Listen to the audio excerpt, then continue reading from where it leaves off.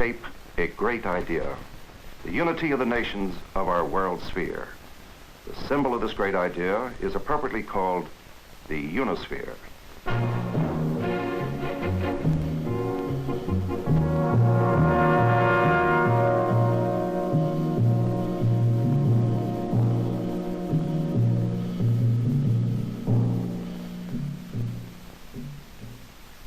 What is a World's Fair? Oh, it's a complex thing. Certainly doesn't lend itself to easy definition. Robert Moses, president of the 1964 fair, has one answer. It's just like an Olympic Games, excepting it applies to industry and business. The public has some pretty definite ideas. Jimmy Jamale is inquiring photographer of the New York Daily News. He asked the question. What things do you expect to see at the World's Fair? Well, to me, a World's Fair is where peoples of all nations come together to present to the world the best that they have in friendliness and in peace. Just general industry and good feeling and working together. Great productions of the Japanese and the Asian and African countries, I think would make a great contribution. I think it's helpful because everybody's on display. We might also have a little sporting competition, something like the Olympic Games themselves at this time. Well, I think one big thing is it should be a lot of fun. Fun, sports, shows, industry, and above all, a dedication to peace. A World's Fair is all these things, and still more. It is thrills and hot dogs, crowds and color. It is showgirls and art, tinsel and hope, the smell of popcorn, and the shape of tomorrow. They all belong. This was the New York World's Fair of 1939. From America to Zanzibar, the whole world went on a holiday.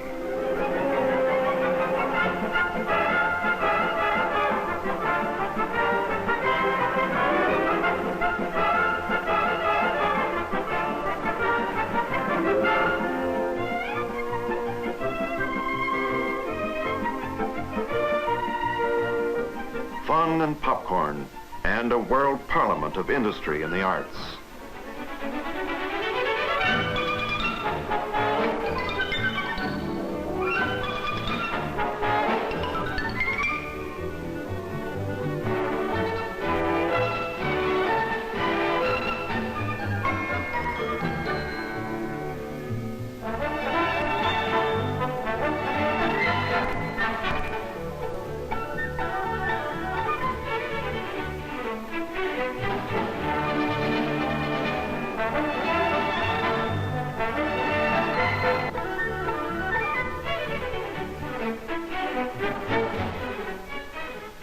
The fair had everything.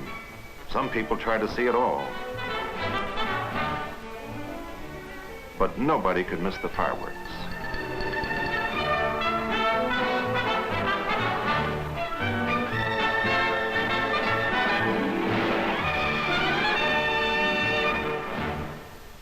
The 1939 fair was held on Flushing Meadow in the borough of Queens in the city of New York.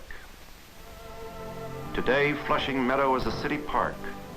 Gone is the old fair, the thrills and color, the arts and the industry. Here are the trees and the paths, the memories of 1939. And here, like an unpainted canvas, lies the ground for the 1964 New York World's Fair. The new fair will have 5 principal areas. In the lake area, spectacular shows will be held. In the industrial area, U.S. industry will have their exhibit buildings. In the international area, foreign countries will exhibit.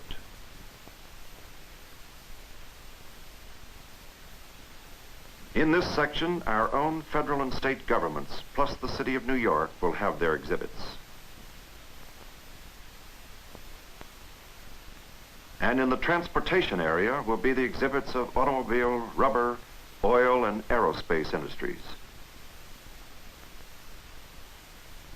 Space allocation at the fair is passed upon by the Executive Committee. This group makes all major decisions regarding fair policy, engineering, operations, and exhibits.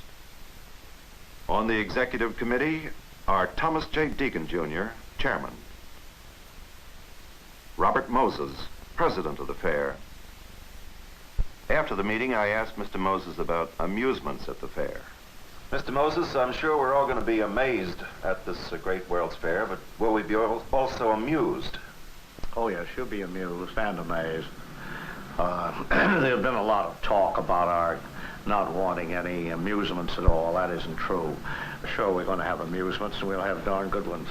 What is the essential theme of a World's Fair, Mr. Moses? What is behind the thinking of a World's Fair? The theme in recent years has always been peace through understanding, and getting people to know each other better as a means toward peace. In other words, the people from all over are invited to send their best products. In the case of the Olympics, it's athletes. In this case, it's the industries, arts, business, transportation, everything they've got, the best things they've got. What time of morning does it open? 10 a.m. I'm reliably informed. April 22nd, That's right. 1964. Right. I'll be there. Fine. 10 a.m., April 22nd, 1964. That's opening day. 3 years before that, April 22nd, 1961, Fair Preview Day was held. Here was the dream of things to come. A pleasure boat leaves the Nease River Pier. Destination, Flushing Meadow. Girls from participating nations add the international touch.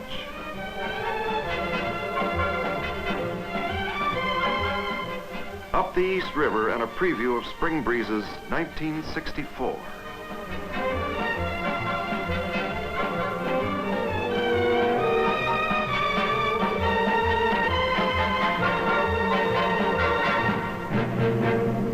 At Flushing Bay, a preview of Hawaii at the fair. The boat is greeted by hula girls.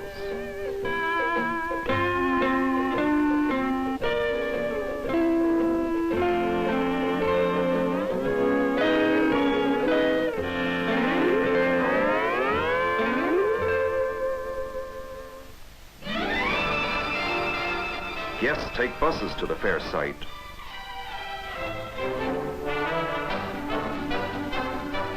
Over 70 million are expected to the fair. Here's another look into the future. In 1964, helicopters will arrive on a regular schedule from New York.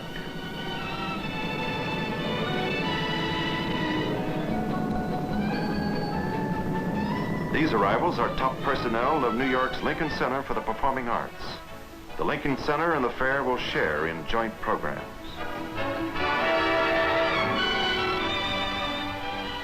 On the lighter side, a touch of the glamour and sports to come.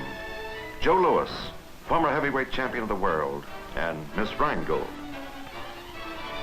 Now a song from another land by the United Nations Singers.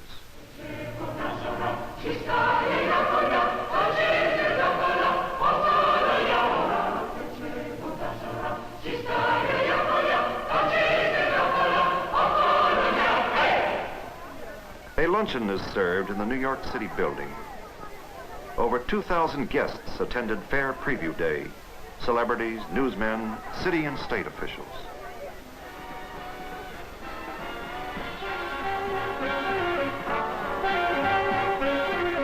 A preview of shows to come. Meyer Davis, well-known society orchestra leader, will work with Leon Leonidorf, Radio City Music Hall producer, in presenting spectacular stage and water shows in the lake area.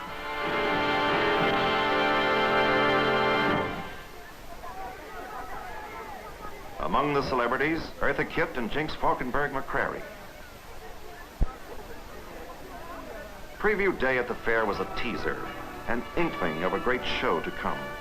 The music, the stars, all the elements were here, raw and as yet embryonic. The understanding among peoples of the world. The pride of a new nation.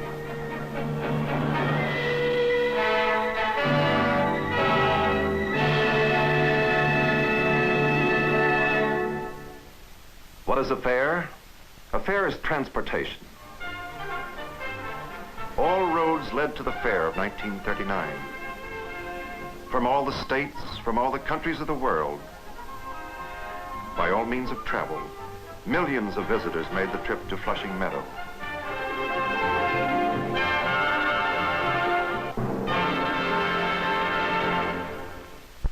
That was 1939. Getting to Flushing Meadow in 1964 and 65 will be the greatest migration of humanity in the history of the world. Private boats will arrive at the Flushing Boat Basin.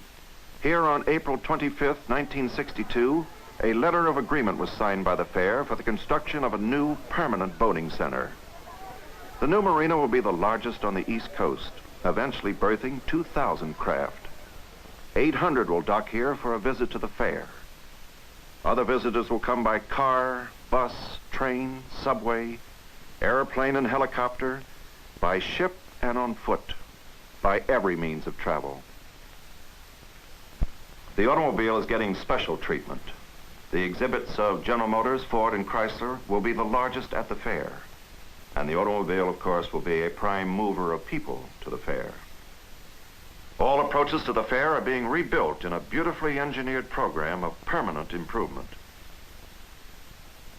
In the vicinity of the fair, these new highways will connect to New York's existing arterial system to provide the greatest urban network in the world. Giant new projects are constantly underway. The Verrazano Narrows Bridge, for example, will have the longest suspension span in the world. Here on October 10th, 1961, the first tower steel was placed on the western pier. President of New York City Council, Paul Scravane, is on hand, a new member of the fair's executive committee. New York's Triborough Bridge and Tunnel Authority will operate the new bridge. As chairman, Robert Moses now gives the signal to lower first steel into place. A fair is transportation.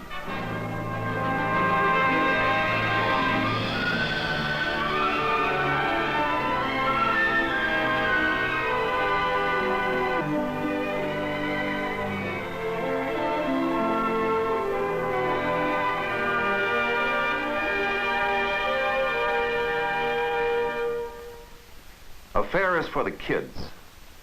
Walt Disney, we're happy to welcome you to the fair. We know about your work and your achievements in many fields in Disneyland and elsewhere, and we want you to bring all your talent and genius to us. Now, are you willing to do that? It's an exciting challenge, and it's really a pleasure and an honor to have a chance to work with you. So it's really looking forward to what we might do here to help to make it what I call a must when they come in the fair. A fair is for the kids, and so is New York. The Children's Zoo in New York's Central Park was dedicated on September 28, 1961, a gift to the city of New York by former Governor and Mrs. Herbert H. Lehman. Here is an added attraction for fair visitors, a storybook land of the rabbit hole, Noah's Ark and the Three Little Pigs, and no adult admitted unless accompanied by a child. New York is for the kids.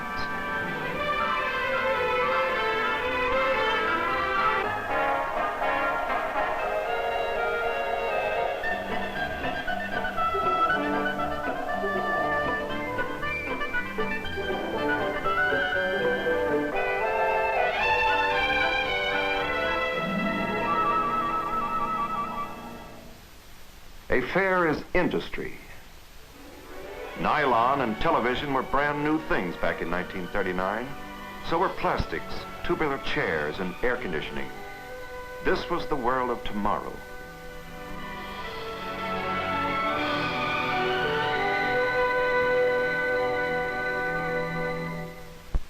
For the coming fair, the gas industry was the first exhibitor to break ground. At the exhibit site on June 15, 1961, a photograph of the exhibit building is unveiled. Gas Incorporated will build a $6 million structure featuring air walls and housing exhibits of gas appliances and equipment.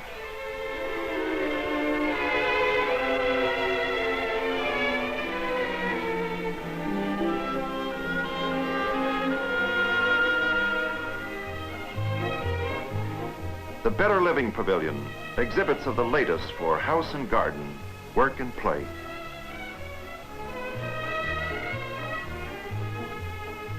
The Port of New York, New Jersey exhibit building, topped by a restaurant. A heliport on the roof will be the air gateway to the fair.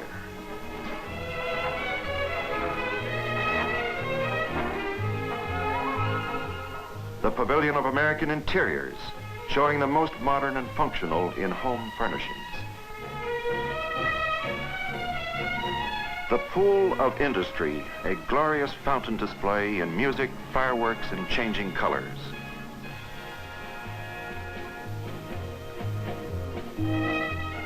Design consultants of the fair plan other fountains with spectacular water effects that will sparkle by day and glow by night.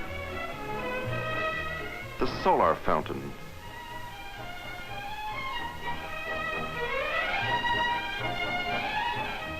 The Lunar Fountain.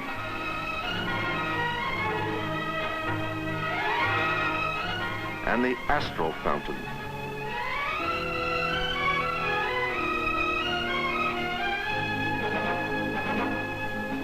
The Eastman Kodak exhibit, showing the various aspects of photography.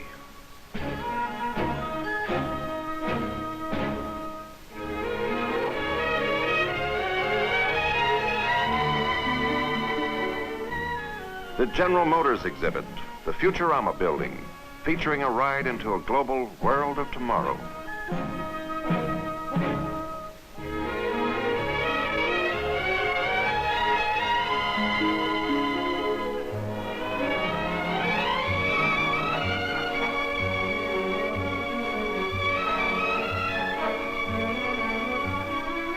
The Sinclair Oil Company exhibit, a fascinating display of the origins of petroleum.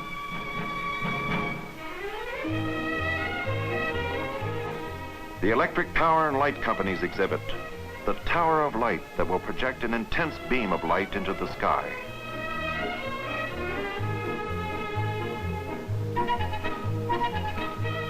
And the theme symbol of the 1964 New York World's Fair, the Unisphere, to be built by United States Steel. A fair is industry.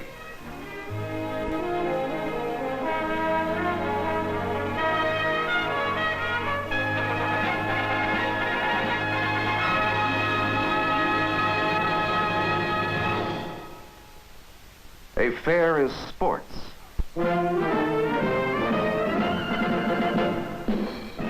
On October 28, 1961, ground was broken for a great new stadium.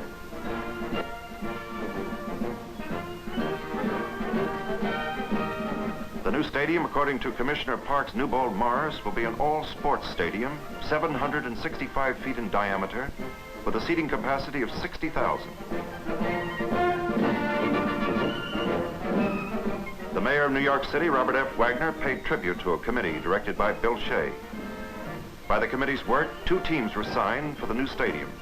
The baseball Mets, New York's National League club, presided over by Donald Grant, board chairman, and the Titans, New York's American League football team, President Harry Wismer. As president of the Borough of Queens, Pat Clancy welcomes the stadium as a neighbor of the fair, and the fair will hold outstanding special events at the stadium.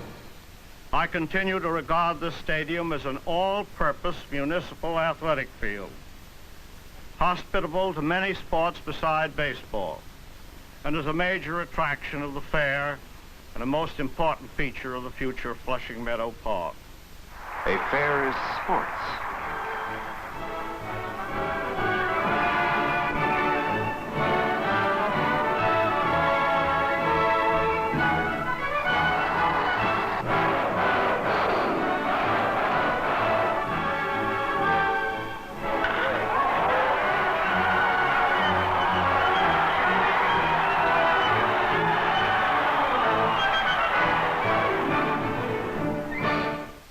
A fair is music.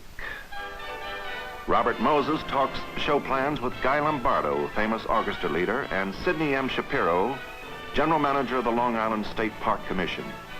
Guy Lombardo will produce as an extra for fair visitors an exciting musical extravaganza at the Jones Beach Marine Theater.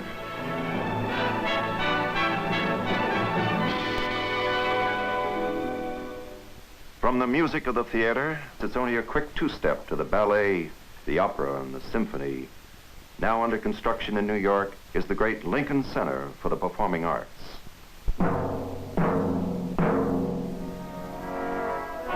The Lincoln Center and the fair will work together in joint activities. This is Philharmonic Hall, to be finished in time for the fair. This will be the most modern symphonic hall ever built. Interior design is explained to John D. Rockefeller III, board chairman of Lincoln Center, by Max Abramowitz, designer of the hall. Vanes will provide variable acoustics. Several buildings will make up Lincoln Center. The Philharmonic Hall, the Juilliard School of Music, the Metropolitan Opera, the New York State Theater, a music library and museum, the Vivian Beaumont Theater, all united in the grandest cultural project ever conceived. A fair is music.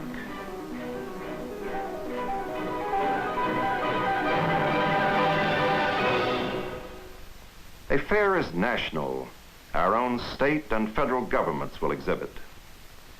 Nelson A. Rockefeller, governor of the state of New York, met in Hawaii on July 12, 1961, with other state governors to secure unanimous agreement on states' participation. Since then, many states have come into the fair. This group is from Maryland. William E. Potter, the fair's executive vice president, briefs the group on the federal and states area. Here we have Florida and Hawaii on the lake.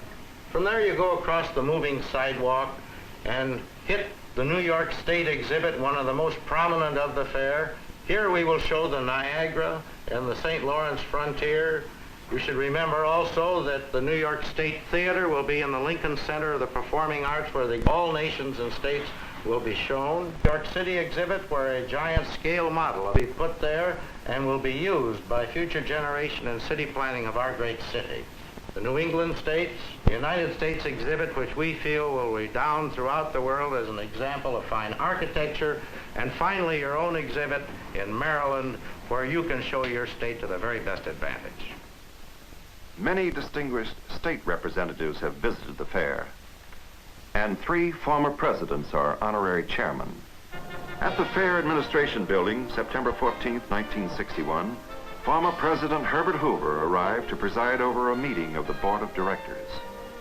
On January 31st, 1962, Harry S. Truman took a morning constitutional along the yet unfinished Truman Walk, together with Mrs. Truman and Robert Moses, then received a gold pass to the fair from Mayor Wagner. And on September 21st, 1961, General Dwight David Eisenhower arrived in the wake of Hurricane Esther. The entire fair staff turned out to greet the general. Shaking hands with Mr. Moses, please. Mr. Moses, don't call it. Later, Mr. Eisenhower made a tour of the grounds, then inspected the scale model of the fair. Communications Vice President William Burns explains how exhibits are added to the model as work progresses.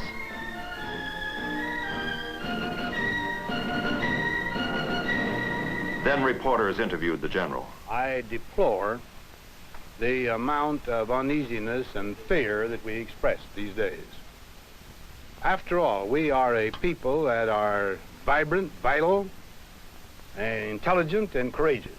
And I think we ought to be doing what we can to bring about a better world, and one of them is to get a better world understanding. And in this particular objective, I think this World Fair will do a lot. 3 former presidents endorsing the fair, and President Kennedy has given his official sanction. The Executive Committee on November 16, 1961, met with federal representatives assigned by the President to work out plans for a magnificent exhibit of our country's heritage. A fair is national.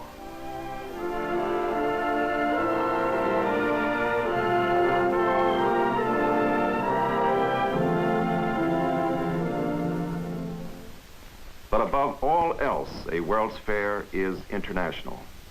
Charles Paletti, Vice President for International Exhibits, describes this coming fair as unique. For the first time in the history of the world, this will be an exposition primarily for the medium-sized nations and the smaller nations. For the first time, this will be a World's Fair where the large nations will not dominate and overshadow the small nations. Small nations met with larger nations at the fair on December 5th, 1961 to confer on exhibit plans.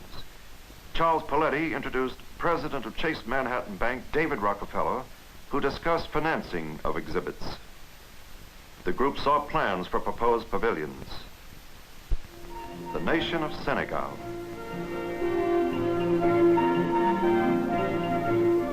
Four of the new nations of equatorial Africa.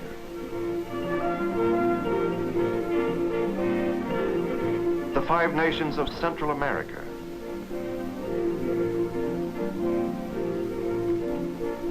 And the Kingdom of Thailand.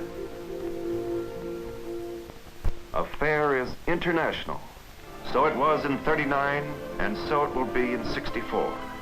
Italy, Japan, Russia, and many other nations have announced intent to join the new fair. An assembly of nations from all over the world in a great conclave of peace. A fair is people. And do people expect to go to the fair? I most certainly do, sir. Absolutely. So many times. I hope to have my children there, too. This is Bob Considine. Like a giant mirror held up to the world, the fair will show us the image of what we are.